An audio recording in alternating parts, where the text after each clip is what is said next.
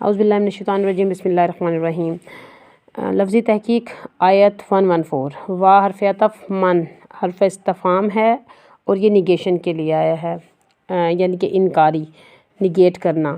کون ازلامہ یظلم، یہ ازلامہ اسم تفضیل ہے اور اس کا حروف اصلی زوئیں لام میم ظلم سے ہے، اور حمزہ جو مفتوح ہے اسم تفضیل کہتے ہیں زیادتی کر دینا، شدت کر دینا، جیسے اکبر ہے، جس طرح سے افضل ہے، اصغر ہے یعنی کہ زیادہ بڑا، زیادہ افضل۔ اب یہ ازلامہ زیادہ ظالم یعنی کہ بہت زیادہ ظالم ہے۔ کون سب سے زیادہ ظالم ہے؟ اور مطلب یہ ہے کہ وہی سب سے زیادہ ظالم ہے، ممن جو کہ معنی منع کرنے سے ہے، مساجد مسجد کی جمع ہے، مساجد مسجد کی جمع، مسجد اللہ کے گھر کو کہتے ہیں، مساجد اللہ کی مسجدوں سے، یعنی کہ اللہ کے گھروں سے۔ یہاں پر کیا کہا ہوتا ہے؟ این یذکر، جہاں کہ ذکر کیا جاتا ہے، ذکر یذکر سے ذکر کرنا، فیہا اس میں اسمہ نام اللہ تعالیٰ کا نام لیا جاتا ہے، کس کا؟ ہو، کس ضمیر اللہ کی طرف لوٹ گئی ہے۔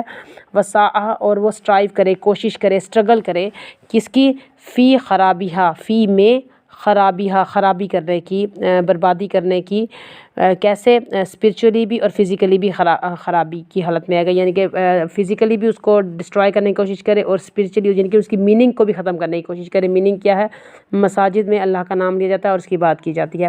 اولئک، وہی لوگ، ما کانا لہم، وہ لوگ تو ایسا تھا یعنی کہ ان کے ساتھ ایسا ہوتا، کانا وہ ہوتے، لہم اس میں، لہم ان کے لیے تھا، این یہ کہ یدخلوہا، یہ داخلہ سے یدخلوہا، ہا کس میں؟ مسجد میں، مسجد میں وہ داخل ہوتے، الا خائفین، خائف کی جمع ہے، الا حرف استثناء ہے، خائف خوف زدہ ہو کر، غم مطلب اس طرح سے کہ خائف ہوں، ڈرے ہوئے ہوں، وہ سب لوگ یعنی کہ مسجد میں ایسے داخل ہوتے ہیں کہ ان کو ڈر ہو۔ لہم ان کے لیے، فی دنیا، دنیا میں بھی، یعنی کہ جنہوں نے خرابی پھیلائی، خزی، رسوائی کو کہتے ہیں، رسوائی، ذلالت، ذلت۔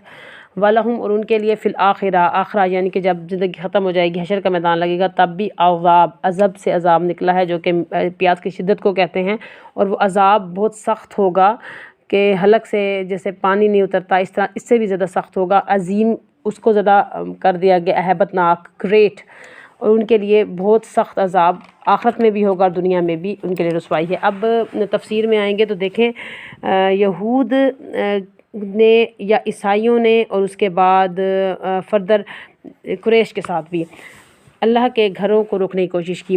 سٹارٹ میں کیا ہوا؟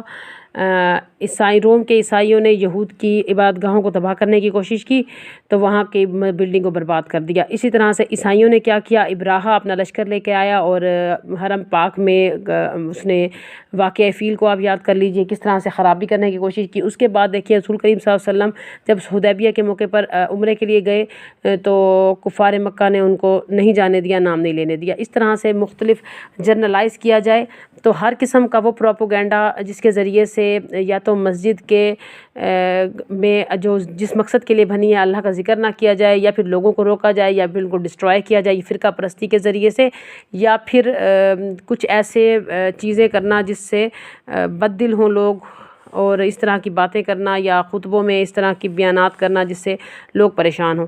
اور دوسری بات یہ ہے کہ جب مسجدوں میں ہم جس مقصد کے لیے مسجدیں بنی ہیں ان کے پلیٹ فارم کو ہم کسی اور مقصد کے لیے استعمال کریں، جیسا کہ حدیث میں تھا کہ ایک شخص نے مسجد میں لاؤڈ سپیکر کے ذریعے اعلان کروایا اپنی کسی گمی ہوئی چیز کا، تو رسول کریم صلی اللہ علیہ وسلم نے فرمایا اللہ یہ تجھے چیز نہ لوٹا کر دے، یعنی کہ ان کو پسند نہیں آیا کہ مسجد کا سپیکر جو کہ اس مقصد کے لیے، مسجد اس مقصد کے لیے تھی کہ یہاں پر اللہ کا نام لیا جائے اور اس کا ذکر بلند کیا جائے، یہاں پر کسی اور چیز کا نام لیا جائے۔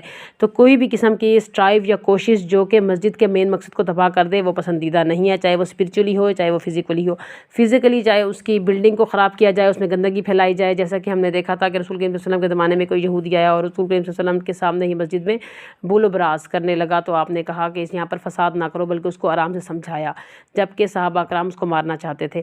یعنی کہ کسی بھی قسم کی خرابی، جنگ و جدل، لڑائی کرنا مسجد کا مقصد نہیں ہے۔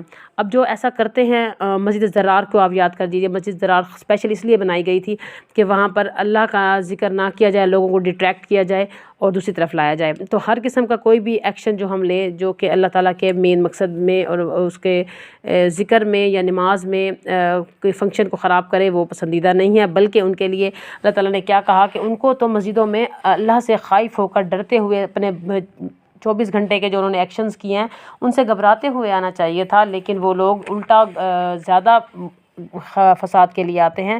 تو ان کے لیے نہ تو دنیا میں عزت ہوگی اور نہ ہی آخرت میں ان کو بخشا جائے گا، آخرت میں تو ان کے لیے بڑا ہی عذاب ہوگا۔ اور دنیا میں رسوائی دیکھیں، مسلمانوں نے جب فکرہ پرستی شروع کی، ایک دوسرے کی مسجدوں میں نمازیں پڑھنا بند کیے، تو اب اس طرح سے مسلمان ذلت و رسوائی کا پیش خیمہ ہو گئے ہیں۔ تو اللہ تعالیٰ نے اس بات سے سخت منع کیا ہے۔ اگلی آیت میں دیکھیں گے کہ کس طرح سے اللہ تعالیٰ نے اس کو مزید ایکسپلین کیا۔ السلام علیکم۔